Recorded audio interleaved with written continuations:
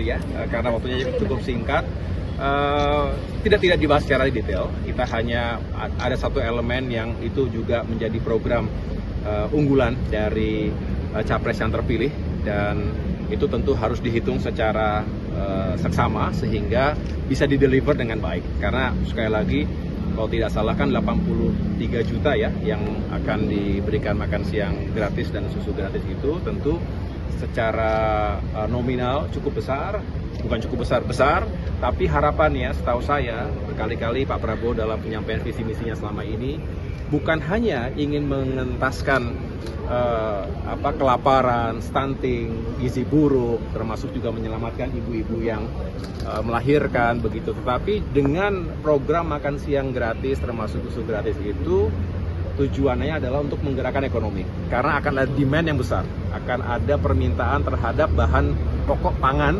yang besar. Karena bisa dibayangkan untuk satu anak saja perlu berarti beras, nasinya, lauk, sayur, buah, susu, kalikan 83 juta. Jadi akan terjadi perputaran ekonomi di tingkat daerah, di tingkat lokal, dan mudah-mudahan UMKM kita juga tumbuh. Para petani kita juga senang, para nelayan juga senang karena hasil panen pertanian dan juga hasil tangkapan di lautnya juga bisa diserap langsung untuk memenuhi program makan siang gratis tadi. Download Tribun X sekarang, menghadirkan lokal menjadi Indonesia.